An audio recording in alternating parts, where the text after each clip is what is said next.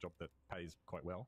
And yeah, I mean, I think he does have an extraordinary ability to marshal those facts, like do that sort of research, perhaps not super deep, but certainly very broad, marshalling all of those facts and arguments and then remembering them and then being able to go to a debate, say, with a Jordan Peterson and be fully and totally prepped. Yeah, I mean, just before we leave that colorful language stuff, I don't think people should... It's coming back, Matt.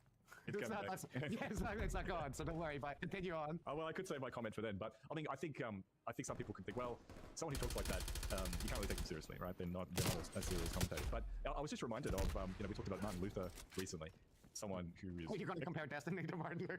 Go ahead. Well, we compare Jordan Peterson to Martin Luther, so I think we can compare Destiny. Okay. You know, like by the standards of the time, he spoke the same way sometimes. Yes, he could do the very careful theological, philosophical arguments, but he also called the Pope and the clergy farting asses. And he talked about resisting the devil with a fart and chase him away. And it's a lot of scatological language there, which, you know, to us sounds quaint, but was appealing, I think, to the medieval peasants. I like this statement. I like this take gamers as the theological clergy of the Reformation.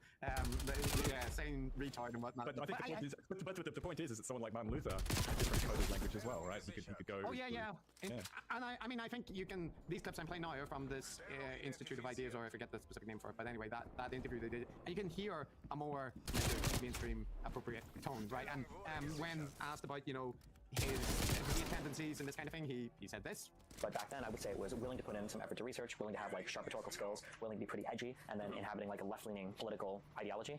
Those characteristics, again, besides me, were pretty rare. So I think there was a lot of hunger and thirst for it on the internet to see kind of like that group of people come up to fight against all of the kind of like the right-wing edgy people. Okay, so again, you know, like that's him positioning himself in a way in the kind of counter-talking space, willing to fight fire with fire against the alt-right people, and also, you know, a bit edgy and that kind of thing. And the fact he mentions there that he did research which put him into a different category, which we'll get into, and I think is also true.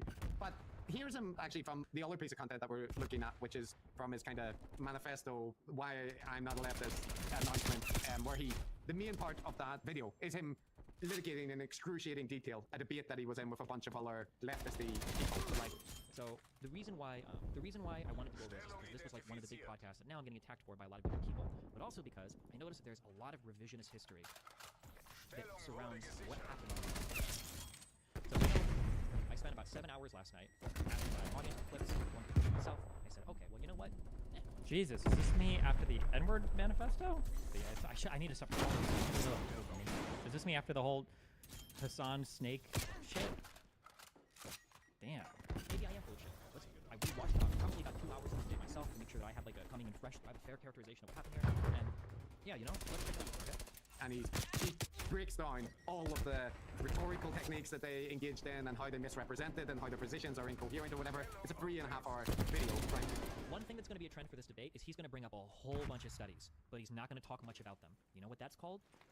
Don't say it. Don't spoil it for your chat. There's a specific name for this, okay? You might have seen it in a lot of threads accusing me of doing it. When you bring up the name of a study, but you don't actually go to it. What's it called? Lying? Bad faith? Fish galloping? False appeal to authority? We'll get to that. We'll get to that right here. The gish gallop is a technique used during debating that focuses on overwhelming an opponent with as many arguments as possible, without regard for accuracy or strength of the arguments. Now, could I do that to people? Maybe. One of the things that I say for anything, okay, is, hey, I talk a lot. Sometimes I even talk over people if I'm getting like real excited. If I ever say anything you disagree with, stop me immediately and we'll go over it. But at the beginning of it, he lays out his kind of political position to the understand, right? So this is him talking to a streamer audience in about a similar sort of topic that we just heard him talking about with a mainstream audience, and I think there are clear parallels here in what he's saying. And this ties back into the fundamental reason why I got into politics. So as a reminder, the only reason why I got into political fields is because I feel like people weren't having conversations that were reflective of reality. That's the only reason why I got into politics. I'll repeat stuff I've said in the past. I didn't get into politics because I wanted to help minorities, or because I care so much about LGBT issues, or because I'm trying to save the planet from fucking climate change, or because I think I'm the white savior of whatever, black people, African people, whatever. I got into politics because I thought that people had conversations that weren't reflective of reality. Now, as a result of my analysis of certain problems, I've come into positions that are incredibly pro-LGBT, incredibly pro-minority, and not just when I'm around them, but when I'm not around them. That came from incredibly pro-welfare positions economically. Like, these are the positions that I've wound up at because these are the positions that I've thought myself into. Tying back into what I just said, why I got into politics was because I wanted conversations to be reflective of reality. I noticed that a lot of the criticisms that I get for the way that I behave are not reflective of reality. And this is incredibly difficult for me to sort through when I'm also trying to deal with thousands of comments of negative criticism, both from my community and without my community. So there, right, he's talking about misrepresentation, but one thing that I admire here, in a way, is that he's not presenting himself as being like fundamentally motivated by super altruistic principles. You know, he doesn't want to save the world. No, his motivation was that he felt that people weren't representing political positions honestly, and that frustrated him. So he wanted to engage in that and try and be more direct or more honest or whatever. And I will say that I think that is true. Like, we'll go in to look at some of the other stuff that he says, but I think even where nobody's going to be consistent all the time, and you can also take issues with the particular positions that Destiny is choosing to try and be consistent on, or to, you know, outline clearly, but in that expressed desire there to be clear and to lay out positions clearly and be honest, I think he is somebody that strives to do that, including when he's talking in different audiences. Like, he's not lying in the different things, he's just modulating his message depending on who he's speaking to. Yeah, well, particularly the style of the message. Yeah, I mean, I think it is interesting that he casts himself not as being motivated, as being on a moral crusade, but rather being motivated by frustration. that the people aren't thinking clearly about the facts, at least in his mind. And, you know, that is different from most of the other influencers we look at. Like, if you look at Hassan, he's definitely positions himself, it's moral grandstanding, I suppose. If you look at Jordan Peterson, he positions himself as being on a moral crusade. You could try to shoehorn Destiny's motivations as being you know, a moral crusade in favor of fact-based and coherent argumentation, but you know, that's a pretty dry moral crusade if it is one. Yeah, so let's hear a little bit about him reflecting on the debate bro topic for the two different audiences, right? So this is him on the more mainstream outlet, kind of talking about that issue and, you know, the ethics of debating people and so on. Like, I can understand platforms saying, like, no racial slurs or something, like, that's fair. But when we start, like, axing off entire parts of the ideological spectrum that we're not allowed to talk about, whether it's, like, COVID or vaccinations or election denial or whatever, it does really bad things, I think, to the discourse.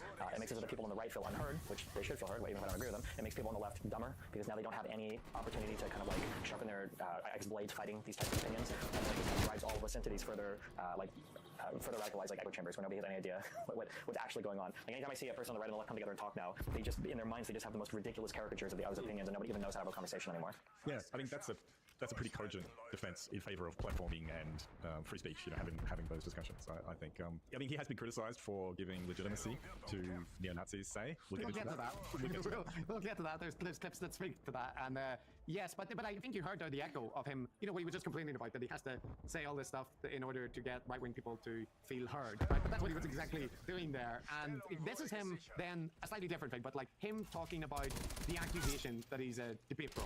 And this is him talking to his streaming audience. So the reason why I made this post was because I had to go through a great deal of effort after I engaged with certain people to make sure, hey, like, am I full of shit? Like, maybe I am just like totally fucking getting high off my own fucking shit right now. Like, I might be totally wrong with this. Like, a lot of people are saying that, you know, I engage in dirty debate tactics, that I'm a huge piece of shit, I scream over people. Like, fuck, like maybe I am, fuck it. And usually when I start to get these ideas, because I don't think I'm some exceptional genius that can walk into a crowd of 10 million people and be right. I don't think that of me at all. I think I'm probably somewhat above average intelligence, but like, I don't think I'm fucking Einstein or whatever. I think I'm just a reasonably intelligent person. I can read pretty well. It's about what I have going for me. Got a lot of Wikipedia, okay?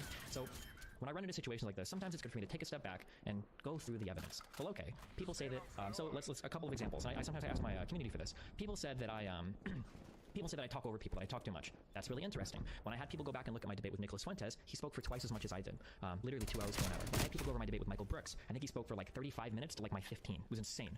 When I had people go over my debates with, there was one other, but oftentimes at the end of my debates, I'll have my audience go, like, hey, can you go and check? Like, can somebody like go and actually map this out? Did I really speak? Because I don't feel like I did. I feel like I have a pretty good like vision of myself from the outside.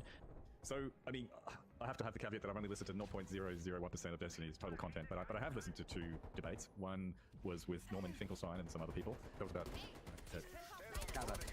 Israel, yeah. And there was another one that was about the use of the N-word, which is probably another thing to talk about. No, well, that's the content that's what we're referring to. Yeah. Well, I have to say that, I mean, like in both those bits of content, Destiny's telling the truth. Like, you know, he was the person that was attempting to speak, at least relatively speaking, compared to the people he was dealing with. He was acquitting himself well in terms of being a good faith discussion, however you want to describe it.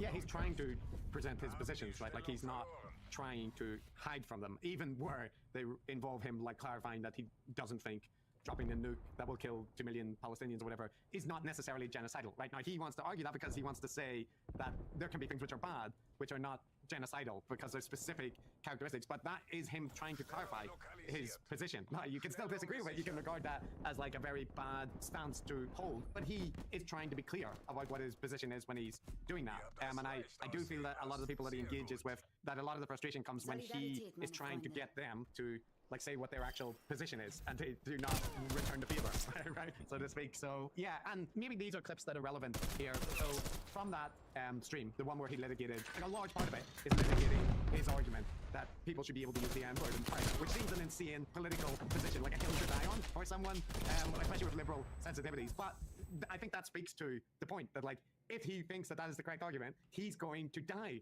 on that hill as many times as necessary to argue why he thinks it's coherent. So let's play a couple of clips about him, you know, highlighting this desire he has to represent his politics accurately and what his politics are about.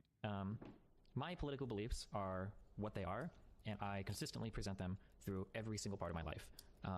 I will say them on stream, I will say them to friends, I will say them on a stage full of black people who might even be police officers, full of an audience of black people that are conservatives that hate me. I have lost business relationships. I have lost friends or acquaintances. I've cut off family members. I've lost fans. I've gained friends, gained fans, gained business acquaintances. All of this has been like a big shift as I've kind of like grown and evolved with my political beliefs over time. All of my money comes from advertising on Twitch, and then subscriptions, and then revenue that I make through merchandising sales, and then the individual sponsorships that I sell along the way. I'm not paid by any major media organization, the Young Turks, Washington Post. None of these people give me money. I don't take donations for political purposes from anybody. The views that I express on stream are my views through and through. They always have been, and they always will be. That will never change, because I don't care to change them for anything else. Yeah, I'll just have to say that this commentary of himself gels with the information that I've got about him and the impression that I've got, which is that, well, first of all, he's very upfront about it's a business model he's got. But also, as we talked about at the beginning, the streamer brand is one in which you seem to break down any distinctions between your personal life and your private opinions and your public-facing commentary, right?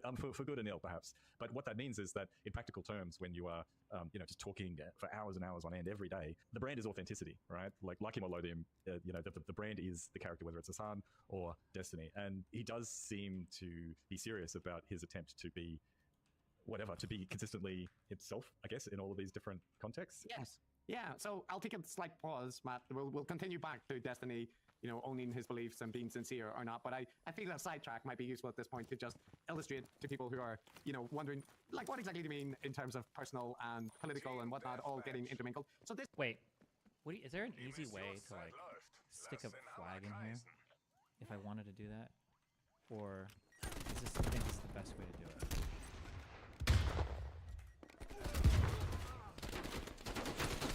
As like a mini picture.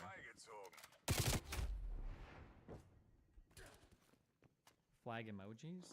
I'm trying to look at emojis and I don't see flag emojis on things.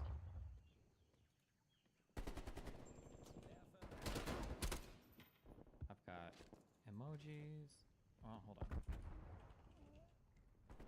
So what would you call it? UK? If I look for flag, there's like, I've got the trans flag, the England flag, the checkered flag.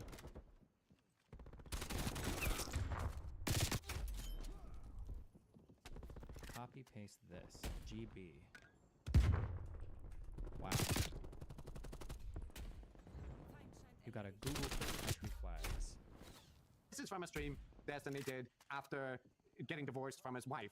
And he's now commenting on her contacting him about some money or something, right? Like, the stream is an hour and a half going over the various issues that he has with the way that his wife has acted or whatnot. And this is Melina, a 20-year-old at the time they got married, fellow streamer or Instagram person. Wait, this guy's from Ireland? Is that a normal Irish accent? He can say the E for, I can never say that E. Now, there's a weird way that Swedish people say E. I don't think in English we don't usually have the sound. At least in American English we don't. Huh. Anyway, let's just hear a little bit of that. Does a therapist know about that trait, talking shit to other people in Mel? Yeah, of course. It was one of the huge things that would come up over and over and over again. But she always had like an excuse for everything.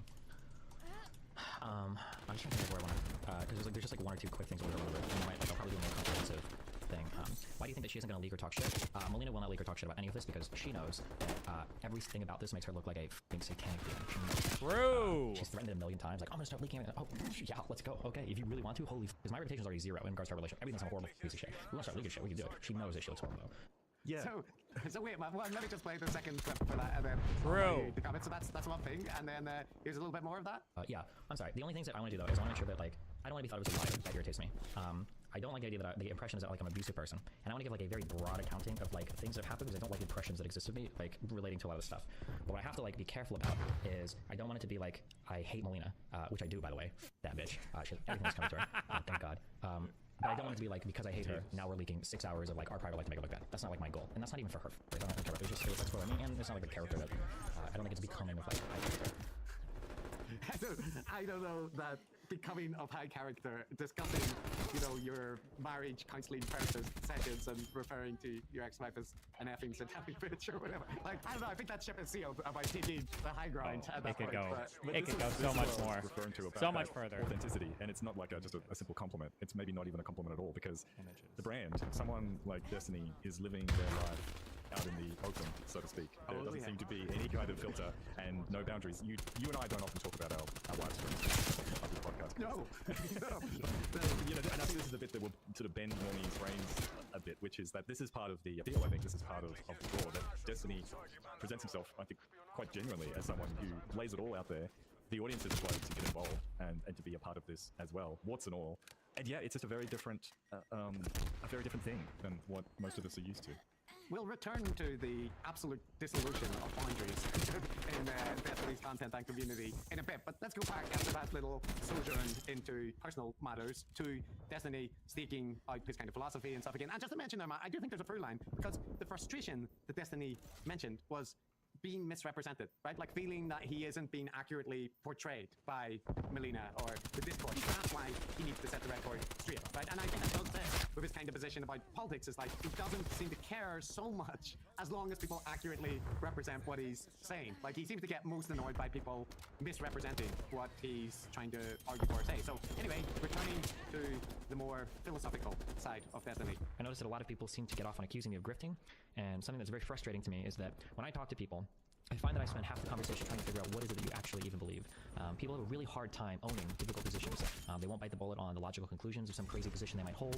For instance, when I ask Hassan if a woman getting raped in an alleyway is within her right to call the cops, Hassan, instead of giving a straight answer, will instead pussy out like a coward and say, well, I wouldn't call the cops, instead of actually owning that position and saying, well, sometimes maybe you do need to call the cops. True. When I ask people about whether or not, they... By the way, Hassan, who says you should never call the cops because you never know if they'll come and kill a minority and that's evil, blah, blah, blah, called the fucking cops on his ex to do a fucking wellness check on her. Literally called the police because she wasn't returning his fucking phone calls to do a wellness check on her. It's one of the reasons she doesn't talk to him. Haha, thank you.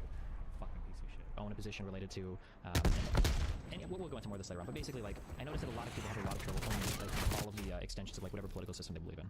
I don't. I'll own every opinion I have, whether it's related to the fucking incest discussions we've had, whether it's related to foreign policy, whatever. I'll own every position I have, whether it's the abolishment of capitalism or liberal values or whatever.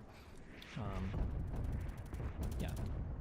You might not like what I say. I think there are valid challenges to a lot of what I say. I don't think I'm correct on everything. My views have continued to evolve over time. I wouldn't expect the process to stop. I'm sure there's positions that I hold today that I probably won't hold 5 years from now. I would hope so. I would hope I continue to grow and change. All I ever do is present to you what I believe at any given point in time, and what you're getting is basically like always a work in progress. Authenticity. Yeah, reasonable philosophical Destiny is quite appealing to me. Like, I think what he's saying there is true, and he's pointing to something real. Obviously, you know, when people have a rhetorical position or a political position, they'll often refuse to engage with the consequences, like logical consequences of that position. So you've referred there to the fund the police. It's always wrong to call the police if there's a crime going on, that kind of thing. And he says, and you know, I think he's right in saying that a lot of people who would hold that position, for example, will refuse to or grapple with the logical consequences of that. One thing I'll say for Destiny is that whether his positions are good or bad, I don't think he would do that. I don't think he would obfuscate and sidestep it and change the topic. I think if you said, hey, explain to me why you think it's okay to do a genocide on the Palestinians or ethnic cleansing, you know, explain that to me. I don't think he's going to avoid the question. No, and here's a clip speaking to that. With relation to the Trihex stuff, I know that there is no world where a person as white as me has an argument with somebody that is almost... they're going to destroy this clip because they're going to play me talking and not this one. Going to avoid the question.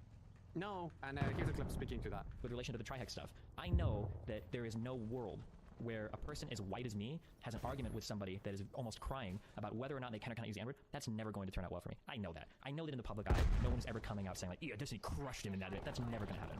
But I'm okay with that. I'm okay with that because part of what I sell as part of my brand, and I sell this in a business sense, as in you watch me and subscribe to me, and I sell this in a personal sense, as in if you're going to have a romantic, sexual, friend relationship, a video game relationship with me, authenticity is a really big selling point of my character. You hopefully should never, ever, ever have to guess what I'm thinking, ever. You don't, like, I don't know what Destiny would think about that. I don't know what Steven would want about this. Like, you never have to guess. I'll tell you. You know, if you think that you're really hot and that I'm just like faking an enjoyment for sushi to get in bed with you, it's not gonna happen. I fucking hate sushi. It's never gonna happen, and I'm not gonna fake that, okay? I'm true as fuck, okay? Steak wars for life. Okay, I eat shit that comes from the ground, not from the fucking sea. Fuck that shit out of here, okay? Or, if you're a black person, and you talk to me, and you say, Destiny, what do you feel about the N-word? Destiny, how do you feel about reparations?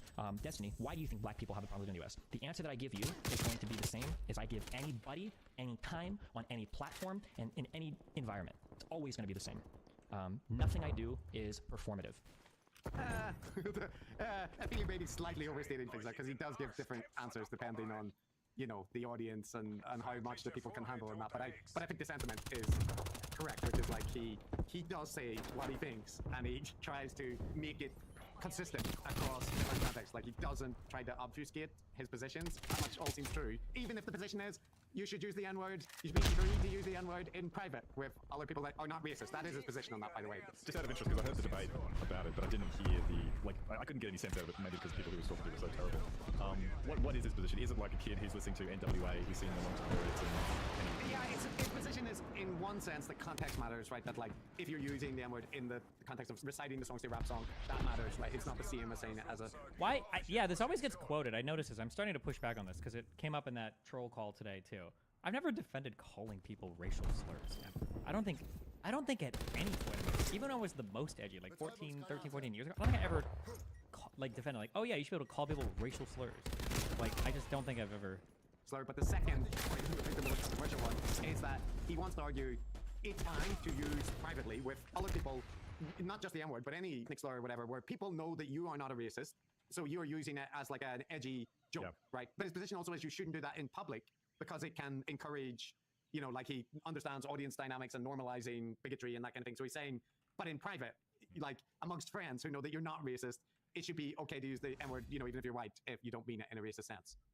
Yeah.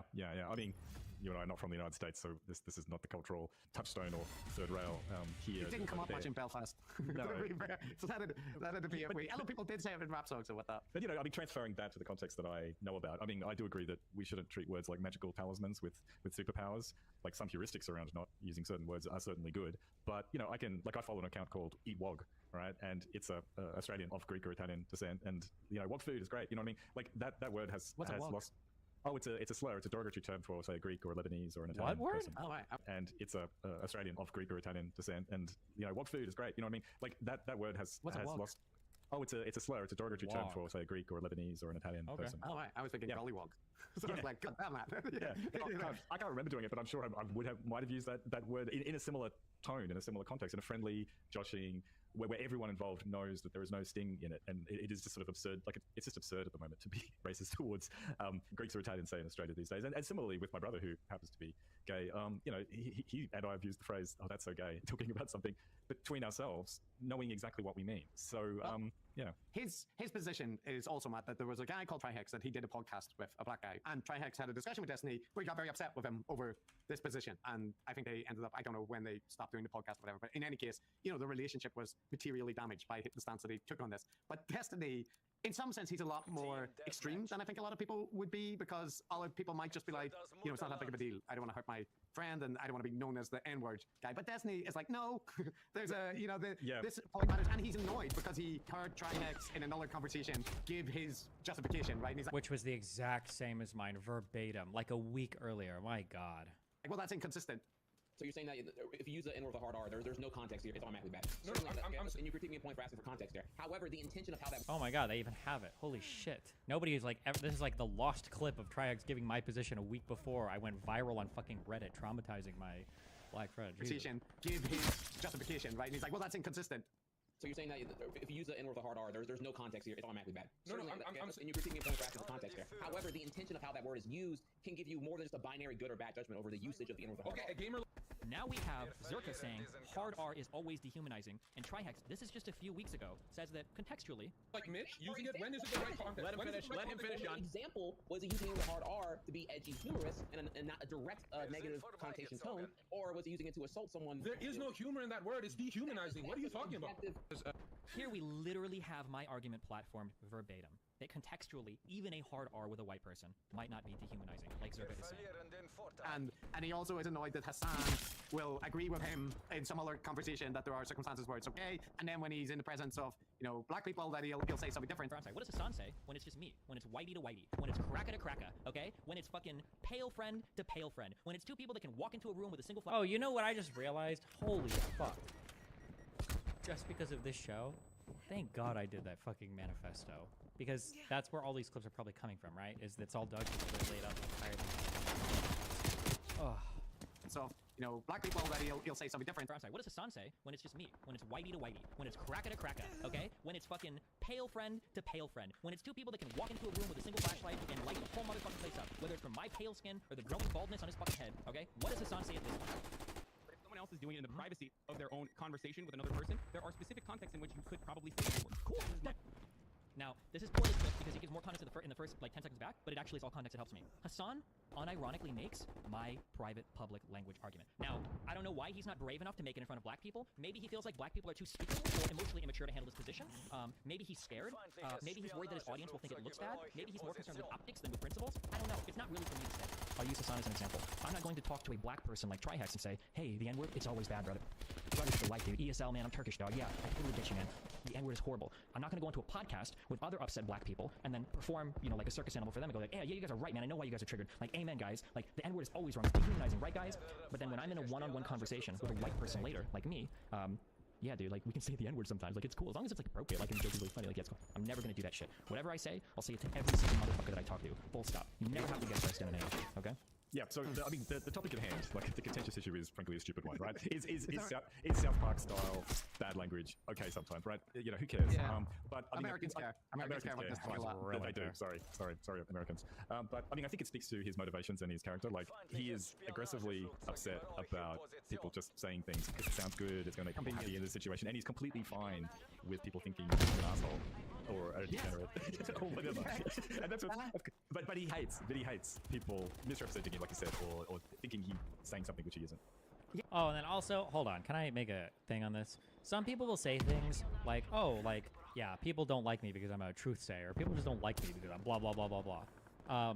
Listen, okay, if you want to be an asshole, okay, I'm kind of an asshole, that's fine, but don't act surprised when people don't like you for it, alright? Same thing I say it personally, say it publicly, say it on my stream, say it to other people, okay? Listen, there are going to be some people that don't like me, and that's fine, okay? I'm not a likable person, everybody. I'm A-okay with that. The only annoying thing is when people will have positions like mine, or they'll kind of be a dick like me, and then they'll be like, oh yeah, people just don't like me because I say the truth. No, people like me here very fucking, what's the word I'm looking for? A word for rough around the edges. People don't like you because you're very, there's a perfect word I'm looking for. Abrasive, that's the one, yeah. Just accept it, it's okay. Yes, and he's very clear about this. Like, just another example. Do I want to change how people reacted? Am I happy that some people were upset? Do I care to change myself enough to make some people not upset? Do I invest in any particular thing? Do I enjoy the freedom I have to be, very bombastic and very aggressive and abrasive? Is that worth the trade-off where I lose some friends, I lose some sponsorships? Some people are turned off by my messaging because I'm too aggressive. These are all things that I'm weighing at the end of the day. And big situations like this give me a really good chance to. It's a lot of data, right? I can step back and I can think about a lot of different things. Did I approach my conversation with Trihex correctly? Should I have bended on some principles? Should I have been kinder in public? Should I have phrased things differently? Should I have been more argumentative? Should I have been less argumentative? Should I have reached out privately? Should I have avoided this forum altogether? Maybe these aren't the right places to discuss things. There's a multitude of different dimensions that I can kind of look at to see how could I have approached this thing differently? What would the different results have been? Is it good, is it bad, or whatever? And I apply this to a lot of the different things that have happened over the past few days. So, okay. So I go through, so understanding that all of that exists in my mind. So this is like a pretty, there's a pretty personal view that I have of the world, right? I'm going through a very personal way that I evaluate and my own behavior to make sure that I'm bringing it in line with how other people see me. I like to think that I have a very, very, very good idea of how other people see me. I like to think that I understand why people no one like me, cares. why people fucking hate me. No one cares, little bro. My personality to enjoy, my personality people fucking hate. And I think for the most part, I think I have a pretty good grasp on most of that. Like, sometimes it seems like I get a lot of feedback that's negative, and I do. Generally, I'm aware that it's coming, and generally, I just don't care. Like, I like the final, he goes through quite a lot. He's clear, I do have all these thoughts. I do reflect on things, and actually, he outlines like a quite detailed, reflective process. But his conclusion at the end is like, I do think about all that, and then I decide that I don't care.